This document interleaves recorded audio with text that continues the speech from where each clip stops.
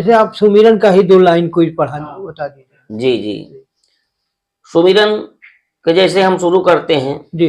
कि तनिक जो नाना के कहा सुमिरी तो अब हम लाई लाई के कर नाम, अलख निरंजन यऊ दुख भंजन, भोरे मले राम का नाम। लेकिन पहले सुमिरिय माता पिता का, जिनकी कोखली नय अवतार, दूसरे में सुमिरी यहाँ धरती का, जेह पर चलाता धरी दुई पावा, तीसरे में सुमिरी गुरु अपने के, स्वर्गीय बाबा श्री राम दुलार। तनिक देर गुरु छाया कई द्या मोर दहिने पर हाथ यार, पचैम सुमिरी देवी शारद काहे मैहर के शारदा माई, चला भवानी मैहर छोड़ा मोर दहिने पर हाथ यार। कह रहे हैं पृथ्वीराज से कि अभी तुम्हारा कुछ नहीं बिगड़ा, बिगड़ा बनत बनत बन जाई, और जो भल मन से आपन चाहा, कुछ दिन करई कावट राज, निकर के भागो मोहबागढ़ से तब दिल्ली काले वो तकाए, नहीं जितना दिल्ली गढ़ ऊंचा बा उतना नीच देव करवाई, हर न धवाई देव गधा का मारा बेदी ताल हो जाई, अंगुल अंगुल भाला मारू दुई अंगुल पा तलवार, बुर्ज बुर्ज पर गोली धांसब समय सांग जाई बोली आई, बचाई न पौब्या तीन लोक मां मर के कोट धरा अवतार, अबई तो उदल जी तई बाटई के कर कवन यही औकात। तो जब उधर उदल आते हैं मछला जी के पास, तो मछला रानी करती क्या है कि सेज पे बैठी मछला रानी भैया, आपन पूरा करई सिंगार, औ उदल राजा के जो हतु है कि आवत देवर होई हमार, अतबले बांदी के संघे माँ उदल वीर पहुँचे न जाई, देखन चेहरा भौजाई का, उदल झुकी के करई प्रणाम, जैसे गाय झुकाई ले रुआ पाय, उडे कराई के पियावाई दूध, वैसे देवर भौजी मिलत है उदल भौजी न से बतलाई कहाई, कहा हो भौजी अब का होई, कौने भात रही मर जादा, काहे बोलाई लिहू देवर का, साफ साफ दया समझाइए, आंख देखावई भौजाई का तो कर आखियले बनिकार, अब बोली बोलाई जे भौजी कतराम धे जी भले बकटवाई, अब तो उदल जी ताई बाटाई तो का कवन परी परवा, धीरे जबानी से सोना बोलाई, देवर मेरे महो भी क्यार, ना के उमारे सनागरियाय राम दे तो है दे सिंगार। सर से शुरू करते हैं तो पैर तक है, हाँ, और सिंगार ही हमारा 3 घंटा चलता है जी। हाँ, तो जैसे सिंगार है जी, रानी का हो किसी का हो, जो लेडीज सिंगार है उसका है जैसे सीधा है कि कर स्नान ध्यान पूजा का, अल्लाह बजरंग बली का नाम, बड़काया ना पलंग पे धैले तब रानी का हो सिंगार, आमरूस कई कंघी लई के, बार से शुरू हो रहा है, बारह बार भी उर्जब दे, बार बार माँ मोती गुही दे, बीच बीच हीरा बरैया क्यार, दुठी जुगनू धाई दे मस्तकवा पा जैसे फूक दे मसिहाल, इतर गुलाब कसीसी लई के तब बारे मदे चिरकाई, दुईठी चोटी पीठ पे गाछाई जैसे लोटाई करियवा नाग, लईके नैना देखई कहियो बना नहीं सिंगार, रबड़े वाली टिकुली लाई के बीच बीच दिन छपटाई सुरमा साटी ले अखिया माँ दांते मम्मी सीली लगाई लगाई लिपस्टिक जब मोठे पतरणुआन राम राम चिल्लाई।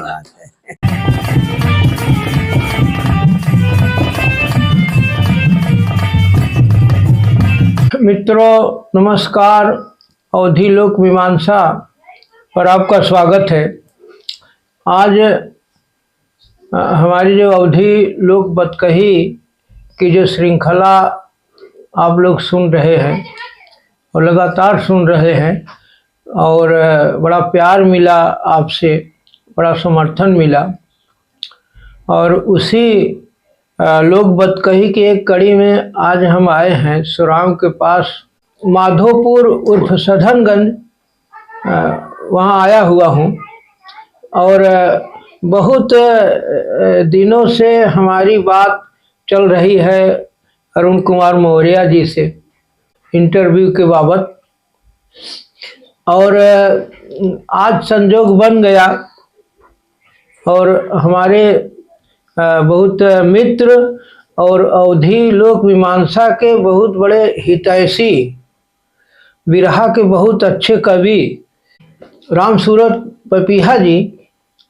जो अवधी लोक मीमांसा पर जो अवधी बतकही होती है इस इलाके में इनकी अहम भूमिका होती है। गंतव्य तक पहुंचाते हैं और तमाम कलाकारों को जुटाते हैं। तो उन्हीं के साथ मैं आया हूँ आज। मित्रों, हमारे बगल बैठे हैं अरुण कुमार मौर्य जी। हम उनको अपने मंच पर बहुत स्वागत करते हैं और बहुत धन्यवाद देते हैं कि आपने हमारे इस आमंत्रण को स्वीकार किया और हमारे चैनल पर आए। बहुत बहुत धन्यवाद। तो मित्रों, आज जैसा कि अभी बात हुई, ये अरुण कुमार जी बहुमुखी प्रतिभा के कलाकार हैं।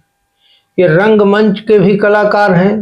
रामलीला में रावण की बहुत बेशकीमती अदा होती है इनकी, बहुत सुंदर पाठ करते हैं और बिरहा के गायक हैं और आल्हा के हैं। इतनी बहुमुखी प्रतिभा वाले कलाकार को पाकर हम और हमारा जो चैनल है अवधी लोक मीमांसा बड़ा समृद्ध हुआ।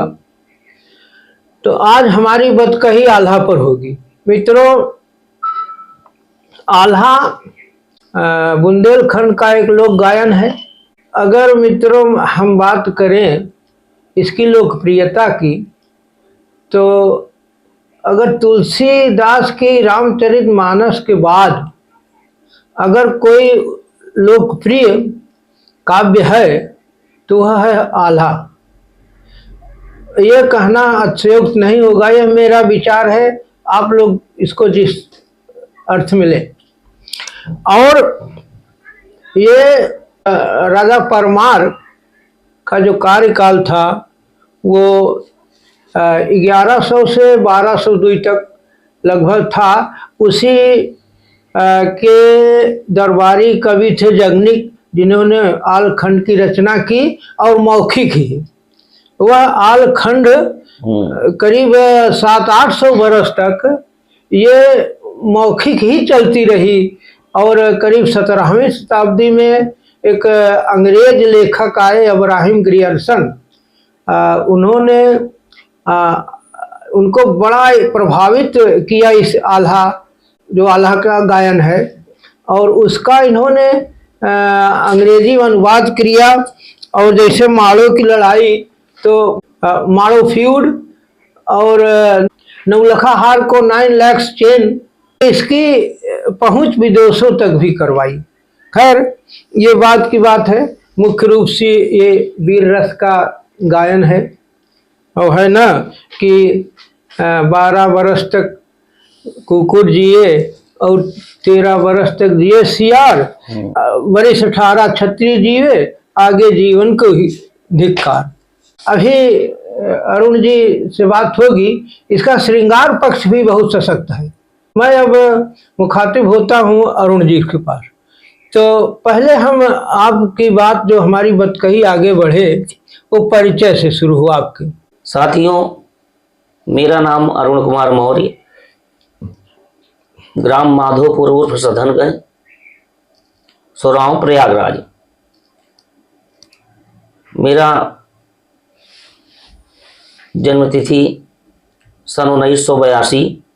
मेरे माता का नाम है श्रीमती सुमारी देवी मौर्य, पिताजी स्वर्गीय श्री राजेंद्र प्रसाद मौर्य।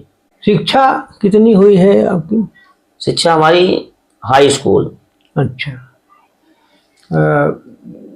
अब यह बताएं आप अरुण जी जी कि आल्हा गायकी की जो रुचि है कब से शुरू हो गई?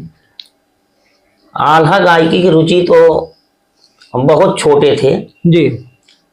हमारे बाबा जी हैं थे जी।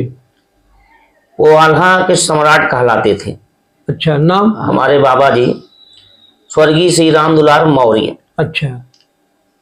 उनका आल्हा जब होने लगता था तो बहुत मतलब ऐसा लगता था कि ढोल फूट जाए। उनके लिए एक्स्ट्रा ढोल लाया जाता था जी। माचा लाया जाता था। माचा ओचा ऐसे हुचूदे तो टूट जाती थी।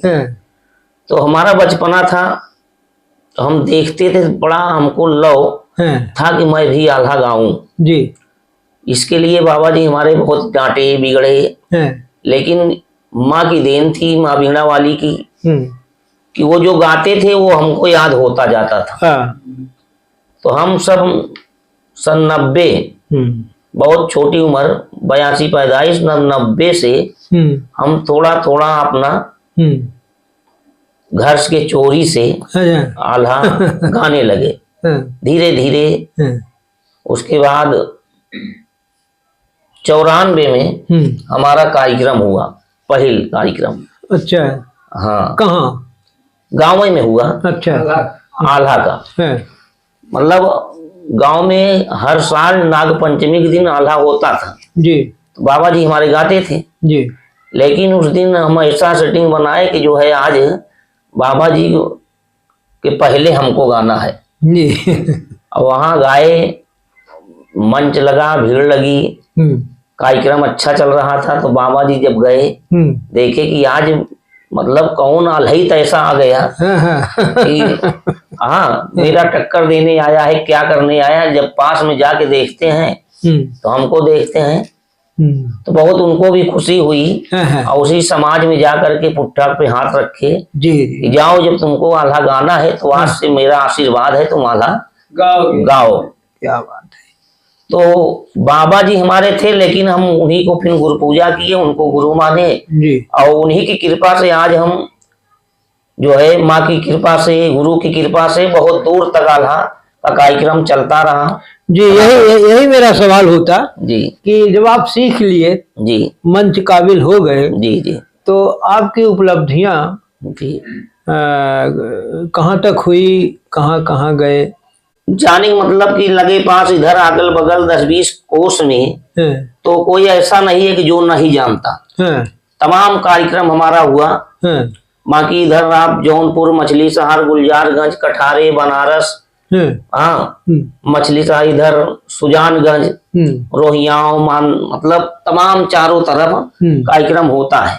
अच्छा। हाँ, इधर बिहार में कार्यक्रम करने गए थे, कुंडा। तो बस आप लोग कृपा है कि हमेशा कार्यक्रम आल्हा का चल रहा है। अच्छा अरुण जी, ये दंगली भी होता है? दंगल भी होता है आल्हा का? हाँ, दंगल होता है जी। तो कभी दंगल का भी मौका मिला?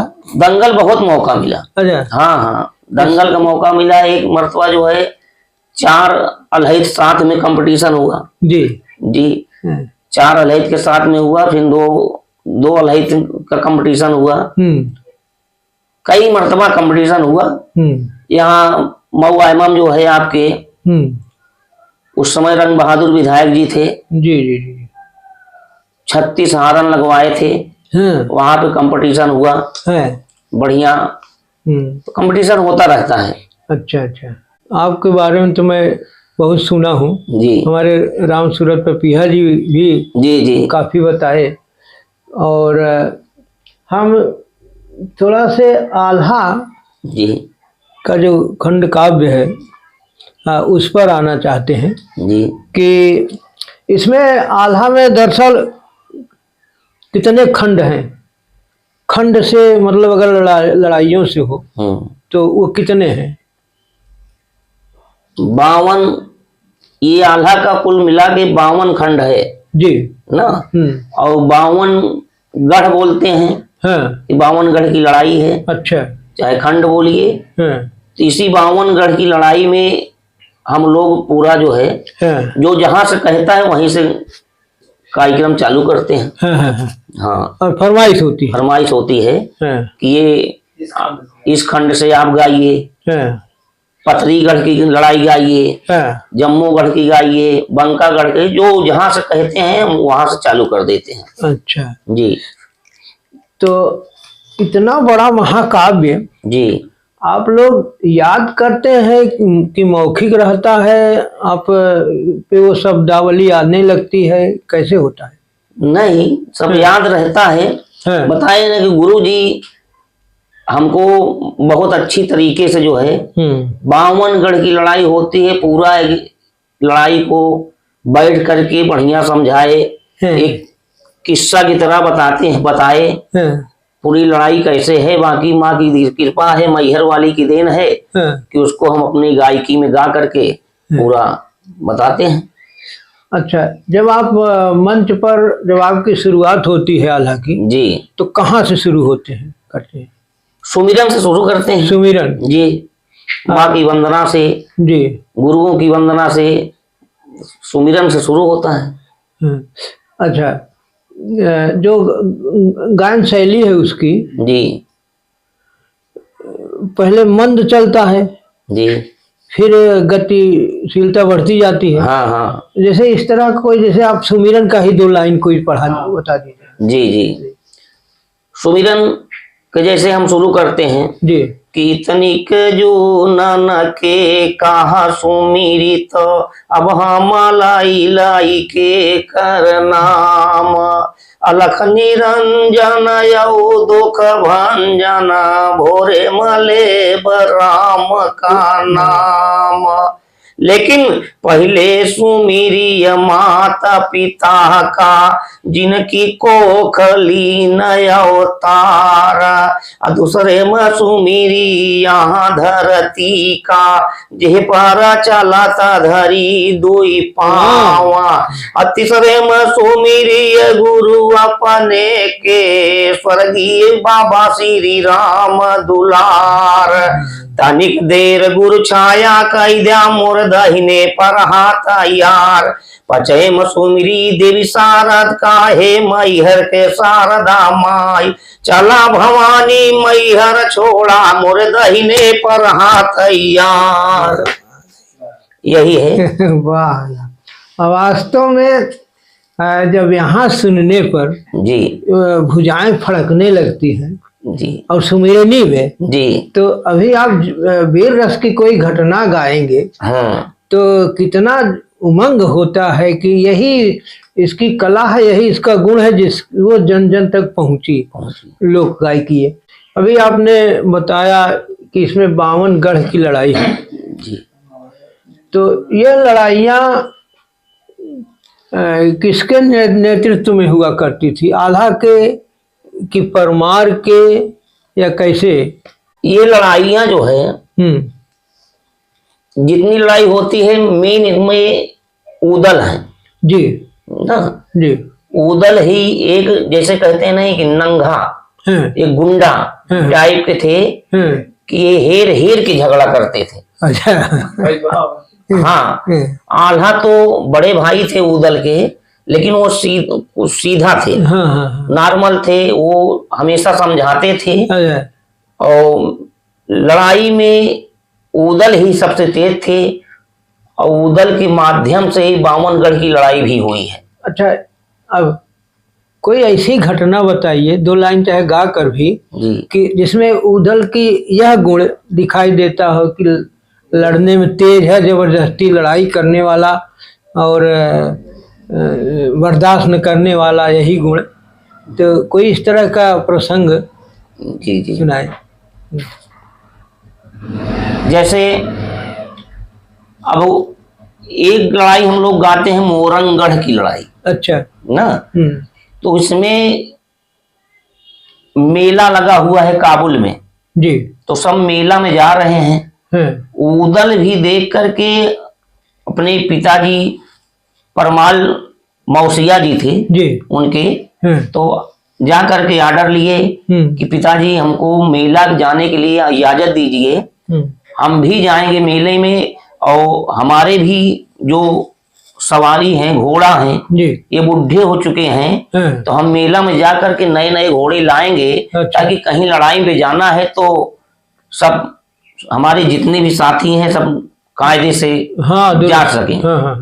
तो वही जब जा रहे हैं घोड़ा लाने के लिए मेले में, तो पूरी फौज के साथ में जा रहे हैं। उस समय उनको वही मोरंगगढ़ दिखाई देता है, मकरंदा राजा की किला कोठी दिखाई देता है। तो अपने मंत्री ढेबा पंडित से कहते हैं कि ढेबा, आज तलक जो है कोई ऐसा गढ़, कोई ऐसा किला नहीं बना कि हमारे किला से ऊंचा हो। तो वही ढेबा जी से उदल कह रहे हैं कि खेमा गिरा दीजिए यहीं पर, पहले खेमा गिराइए, उसके बाद जो है ये कोठी इसको गिरा देना है, कोठी गिरा करके तब मेला चलना है। ये जबरदस्ती, ये मतलब कि लड़ाई हेरते हैं, ढूंढते हैं जैसे ना कि मैं जब से जन्म लिया मोहबा में, माँ की गोद लिया अवतार, कोई पेट अघा नहीं पाया कि बीसन रोज चले तलवार। तो वो उदल इतना ही वीर था कि जबरदस्ती हेर हेर के झगड़ा तो करता ही था। बाकी रईस भी थे, अच्छा, गलत काम नहीं किए हैं। अगर किसी को सताया जा रहा है तभी उदल जो है उसकी जान बचाने के लिए ऐसा कदम उठाते थे। अच्छा, तमाम लड़ाइयाँ हुई हैं जी, और बहुत महत्वपूर्ण लड़ाई है जब आल्हा की लड़ाई पृथ्वीराज से होती है। जी जी। तो कई बार पृथ्वीराज पराजित हुए जी। तो उसमें से कोई एक आग घटना, उस लड़ाई की जिक्र दो चार पदों में जी कर दें। जैसे पृथ्वीराज और आल्हा उदल से जी लड़ाई तो कई मर्तबा हुआ जी। जैसे कि एक उदल की बहन चंद्रावल जी, उदल की मौसी की लड़की थी। कजरी तीज में हुआ, सागर की लड़ाई, कीरत सागर की लड़ाई हुई ना, वहां पर आए। बाकी जो है उदल के मौसी के लड़के ब्रह्मा जी थे, ब्रह्मा की औरत पृथ्वीराज की लड़की बेलवा थी। तो शादी में भी लड़ाई हुई। तो जैसे पृथ्वीराज के 7 बेटे थे कहा जाता है। तो लड़ाई में जब नदी बेतवा के समय आए तो उदल भी अपना घोड़ा ले जा करके युद्ध मैदान में तैयार हुए। तो उदल कह रहे हैं पृथ्वीराज से कि अभी तुम्हारा कुछ नहीं बिगड़ा, बिगड़ा बनत बनत बन जाई, और जो भल मन से आपन चाहा, कुछ दिन करई कावट राज, निकर के भागो मोहबा गढ़ से, तब दिल्ली काले वो तकाए, नहीं जितना दिल्ली गढ़ ऊंचा बा, उतना नीच देव करवाई, हर न धवाई देव गधा का मारा, बेदी ताल हो जाई, अंगुल अंगुल भाला मारू, दुई अंगुल पा तलवार, बुर्ज बुर्ज पर गोली धांसब समय सांग जाई ओली आई, बजई पौब्या 3 लोक मां, मर के कोट धरा अवतार, अबई तो उदल जी तई बाटई के कर कवन यही औकात। क्या बात है, बहुत बड़ी लयबद्धता होती है आल्हा में जी। और एक कोई लड़ाई हमारे दर्शकों के लिए 2, 4, 6, 10 मिनट में कि गा के सुना दिए संक्षेप में। तो थोड़ा, क्योंकि जरूर चाहते जी, होंगे जी। हमारे दर्शक। जी, जी सावन का महीना था, जी सब लोग गुड़िया खेलने, जो नई नई दुल्हन होती हैं जी वो अपने सासुर से नैहर जाती हैं, जी और वही समय है महोबा में जो है सब खुशी मची है। जी तो मछला रानी सावन का महीना आया तो उनको याद आ गई। तो वही मछला रानी जो है देखती है, अपने सखियों से कहती है कि ऐ बहन, ऐ बांदी, जाकर के मेरे देवर को बुला लाओ। जी तो बांदी जाती है उदल के पास, उदल से कहती है कि आपकी भाभी आपको याद किया है। तो जब उधर उदल आते हैं मछला जी के पास, तो मछला रानी करती क्या है कि सेज पे बैठी मछला रानी भैया, आपन पूरा करई सिंगार, औ उदल राजा के जो हतु है कि आवत देवर होई हमार। तबले बांदी के संघे माँ उदल वीर पहुँचे न जाई। देख चेहरा भौजाई का, उदल झुकी के करई प्रणाम, जैसे गाय झुकाई ले रुआ पाय, उडे कराई के पियावाई दूध, वैसे देवर भौजी मिलत है उदल भौजी न से बतलाई कहाई।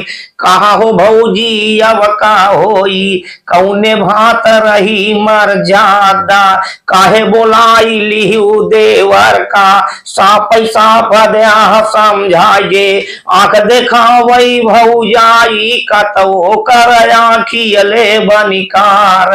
अब बोलाई जे भौजी का, रामधे जी भले बकटवाई, अब उदल जी ताई बाटाई तो का कमन परी परवा, धीरे जबानी से सोना बोलाई, देवर मेरे महो भी क्यार, ना के उमारे से नागरी आय, रामधे तोहे दे समझाई। आई महीना दिन सावन का, यौ गुड़िया का आई त्योहार, सब सखी झूलाई नैहर जाती हैं, ई गुड़िया का यहाँ त्योहार, पटना झूलाई जाई नैहरे, देवर महू नैहरे जाव। अरे पाप रे उदल बोलाई भौजी, खता माफ कई देवा, उ दिन तोहका बिसर गे भौजी, हमका तनिक बिसरताई नाई, जबरन शादी तोहार कई के हम लई के आए महोबा गाँव, कवन मुँह लगाई के चलू नैहरे, बाटई मोरे मान का नाई, झूला झूलाई के होई भौजी कत बगियम पटना देई दवाई, झूला झूला मन माने का, खटका रवा भरे का नाई, बाबा बाबा सोनमती बोलाई, जुग जुग देवर जिया हमार, चला तू पटना बाग में डावा, सखी संग झूला मंगलाचार, आर्डर हो गया पैघ उदल का, बगियम पटना देहन दवाई, पटना झूलाई चली मछला दे चंद्रावली के साथ लियाई, उदल ढेबा दुई नव जोधा, जंगल खेलई गयन शिकार। वहां पटना चढ़ा हुआ है, मछला दे ननद के साथ में पटना झूल रही है, उदल डेबा से कहे कि आओ चलो मैं शिकार खेलने चल रहा हूं। भौजी से बोले कि भौजी दिन भर पटना झूलिए और शाम को आता हूं तो फिर लिवा के चलता हूं, अब तब से हम शिकार खेले आई। मछला दे कहीं जाइए, आप चले जाइए, कोई बात नहीं। और उधर उदल ढेबा शिकार खेलने जाते हैं, इधर पटना चल रहा है, सखी लोग झूल रही हैं जी। और इधर होता क्या है कि मछला दे पटना झूल रही है तो वहीं कजरी गा रही हैं। हम लोग कजरी भी गाते हैं कि जाबू एक दिनवा छोड़ सब झमेल सखी, पिया घर अकेल सखी ना, माई बाबुल तोहार संगी साथी परिवार जबरन विदा करे तो है ठेल ठेल सखी सजन घर अकेल सखीना। कजरी गा रही हैं और उधर ज्वाला सिंह पथरीगढ़ का राजा ज्वाला सिंह वो भी आ गया है जी। और जब वो बाग में शिकार खेलने आया है, इधर मछला दे करती क्या है कि पटना झूलते झूलते उनकी हंसी आ गई। और जब हंसती है तो होता क्या है कि चंद्रावली पटना हुम कति है मछला गाँव कजरी गीत, हंसी आई गई मछला दई का भैया पटनई के बीच मझार, चमक बती सी गई दांते कत जैसे आज भवाऊ जियार, जैसे तरई चमकई आसमान में वैसे भाई आज जगमग हो जाए। अब बैठा राजा बाज्वाला सिंह हाथी पर बैठी करई विचार कि बिना दयु का बिन बादल का काहे दयु आई मिल रात। और यही सोच कर राजा ज्वाला चल दिया। आवाज सुनकर कि ये कहां से आवाज आई। तो इसमें तो बहुत लंबी कहानी है। सही सही कहूंगा तो ये एक लड़ाई 7 रात 7 दिन लगता है। एक लड़ाई ऐसे 52 लड़ाइयां हैं। 52 लड़ाई है, यानी इतना लंबा, इतना विस्तार, बहुत विस्तार है। ये अगर देखा जाए तो रामचरितमानस से बड़ा हो जाएगा बहुत, और महाभारत से भी बड़ा हो जाएगा। जी जी। अच्छा, और हमारी लंबाई कहीं भी लंबी होती जा रही है जी। मैं थोड़ा सा एक चीज और सुनूंगा जी। तब जो बरईन है जी, इसमें एक पात्र, तो बरईन का श्रृंगार वर्णन बड़ा बढ़िया किया गया है। अगर याददाश्ती में हो जी जी, तो 2-4 पंक्तियां उसकी हो जाए। श्रृंगार वर्णन उसका तो रूप श्रृंगार होता है जी, वो सुनना चाहूंगा। अब श्रृंगार तो बहुत है। हाँ। हम लोग श्रृंगार सर से शुरू करते हैं तो पैर तक है। हाँ, और श्रृंगार ही हमारा 3 घंटा चलता है जी। हाँ। तो जैसे श्रृंगार है जी, रानी का हो, किसी का हो, जो लेडीज श्रृंगार है उसका है जैसे सीधा है कि कर स्नान ध्यान पूजा का अल्लाह बजरंग बली का नाम, बड़काया ना पलंग पे धैले तब रानी का हो श्रृंगार, आमरूस कई कंघी लई के, बार से शुरू हो रहा है। बारह बार बिउर जब दे, बार बार माँ मोती गुही दे, बीच बीच हीरा बरैया क्यार, दुठी जुगनू धाई दे मस्तकवा पा जैसे फूक दे मसिहाल, इतर गुलाब कसीसी लई के तब बारे मदे चिरकाय, दुईठी चोटी पीठ पे गाछाई जैसे लोटाई करियवा नाग, लइके आए ना नैना देखई कहियो भाई बना नहीं सिंगार, रबड़े वाली टिकुली लइके बीचौ बीच दिन छपटाई, सुरमा साटी ले अखिया माँ दांते मम्मी सीली लगाई, लगाई लिपस्टिक जब मोठे पतरणुआन राम राम चिल्ला, यही है श्रृंगार। क्या हमारी बतकही समापन की ओर चल रही है जी।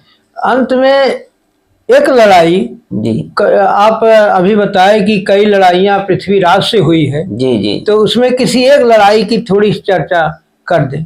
जी जी, जैसे जब उदल जो है ब्रह्मा की शादी करने गए पृथ्वीराज के घर पे दिल्ली पे, तो वहां जो है प्रथम लड़ाई पृथ्वीराज के लड़के से हुई, उसके बाद जब वो परास्त हुआ तो पृथ्वीराज से हुई। अच्छा, पृथ्वीराज से लड़ाई जब हुई तो वहां तो कहते हैं कि 7 महीना दिन 13 तक गढ़ दिल्ली में चला तलवार, कट कट जवान गिरे धरती माँ, फिर उठ उठ के करें तलवार। मुर्दक ऊपर मुर्दा लोटई असवारन संग असवार। इतनी विकट लड़ाई हुई दिल्ली में कि पाड़े पड़े वीर मारे गए जी। पृथ्वीराज की सारी सेना मारी गई। लास्ट में यही हुआ कि उदल पूरी फौज के साथ में पृथ्वीराज को भी उस समय बंदी बना करके जबरन शादी किए। बेला के साथ में ब्रह्मा के जबरन शादी किए और शादी करके पहले तो शादी में दुल्हन घर नहीं आती थी, गौना में आती थी। तो शादी करने के बाद जो है ये लोग आए, उदल से लड़ाई पृथ्वीराज के 7 बेटों से हुई। बहुत बहुत वीर बुलाए गए वहां पे, तमाम प्रकार की लड़ाइयां हुई। धोखा हुआ उदल के साथ में, इनको मारने के लिए धोखा दिया गया। लेकिन माँ बीणा वाली जो मैहर वाली माँ शारदा हैं, वो भी उदल के दहिने पर तैयार रहती थी। माँ मैहर में वरदान दे चुकी थी कि बेटा जाओ, जब तुम्हें कष्ट पड़ेगा मुझे याद करोगे तो मैं तुम्हारे दहिने पर तैयार रहूंगी, तुम्हारे विजय का डंका सदा बजाती रहूंगी। मित्रों, आप, मुझे उम्मीद है कि जब आप सुनने लगेंगे अरुण जी से हमारी वार्ता जो आल्हा के लिए चल रही है, तो निश्चित ही आपको बहुत पसंद आएगी। और मुझे उम्मीद है कि आप सुनेंगे बगैर वीडियो को काटे। तो आप हमारे चैनल पर आए जी, और हमारे बहुत दिनों की इच्छा आज पूर्ण हुई। और तमाम 1-2 कमेंट भी मित्रों ने किया था जी आपको लेकर के। मित्रों का नाम तो नहीं याद है मुझे, लेकिन उनका भी तकाजा पूरा हो गया आज जी। और हम बहुत खुश हुए। और आपके इस बतकही से हमारा चैनल बहुत समृद्ध हुआ। हम आपको बधाई देते हैं और आभार व्यक्त करते हैं। और हम अपने साथी पपीहा जी का बहुत आभार व्यक्त करते हैं, जो हमारे हर काम में अपना सहयोग देते हैं और बैठे भी हैं जी जी, पर्दे के पीछे हैं। उनका भी बहुत आभार और दर्शकों का आभार कि इस महत्वपूर्ण बतकही को आप सुने। बहुत धन्यवाद, बहुत आपको प्रणाम। मित्रों, हमारे जो बगल खड़े हैं पपीहा जी, अवधि लोक मीमांसा का चैनल, उनका बड़ा शुक्रगुजार है हम भी। और तमाम यह जानकारियाँ देते हैं लोक कलाकारों को और बिरहा कलाकारों को अरुण जी तक आज पहुँचाने का ये प्रयास किया और सफल हुए। हम अपनी ओर से, अपने दर्शकों की ओर से उनका भी बहुत आभार व्यक्त करते हैं। पपीहा जी, बहुत बहुत धन्यवाद आपको भी। और अरुण कुमार जी, आपको भी बहुत बहुत धन्यवाद कि आज हमारा मंच। सभी दर्शकों को मेरा अभिनंदन, स्वागत है। पपीहा कवि प्रयागराज।